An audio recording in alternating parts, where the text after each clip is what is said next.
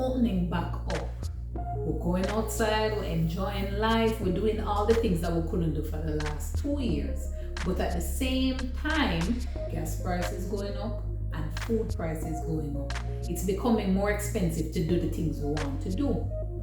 The main way to beat this and have enough money to maintain our lifestyle is by investing.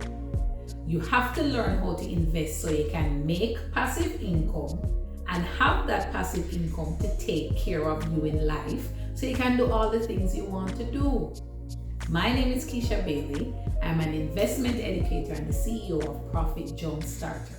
I'm going to be hosting a live class on April 28th, 7 p.m. Jamaica time, 8 p.m. Eastern, where you can come and learn exactly what you need to do to make more passive income from the stock market so you can get to do all the things you want to do in life. So you can enjoy the niceness, you can do all of the things because you have this passive income to help support your lifestyle. Come to the class, it is free.